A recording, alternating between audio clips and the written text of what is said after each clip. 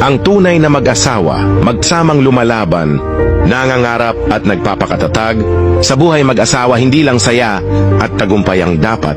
Pinagsasaluhan lalo na ang hirap, pagsubok at pagkadapa. Hindi dapat kapag may problema, naiisip mong sumuko o iwan ang iyong kabiyak, pero kapag may tagumpay at kasayahan bigla kang nandyan. Ang tunay na pagsasama ay hindi panandalian. Ito ay panghabang buhay. Ito ay kasangga sa hirap at ginhawa. Walang hihigit pa sa mag-asawang magkasamang humaharap sa bawat hamon ng buhay, yung kahit anong mangyari. Hindi nang iiwan, hindi bumibitaw, at hindi sumusuko sa isa't isa. Hindi pera, ari-arian o karangyaan ang basehan ng matibay na relasyon, kundi ang kakayahang magsama ng may tiwala, respeto at pangarap para sa isa't isa.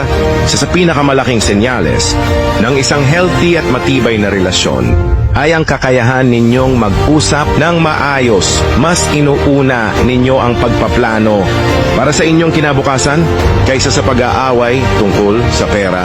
Hindi ninyo tinitingnan ang isa't isa bilang kompetisyon, kundi bilang partner sa buhay, magkasama sa pagdedesisyon, nagtutulungan at nagkakasundo sa mga pangarap na gusto ninyong makamit.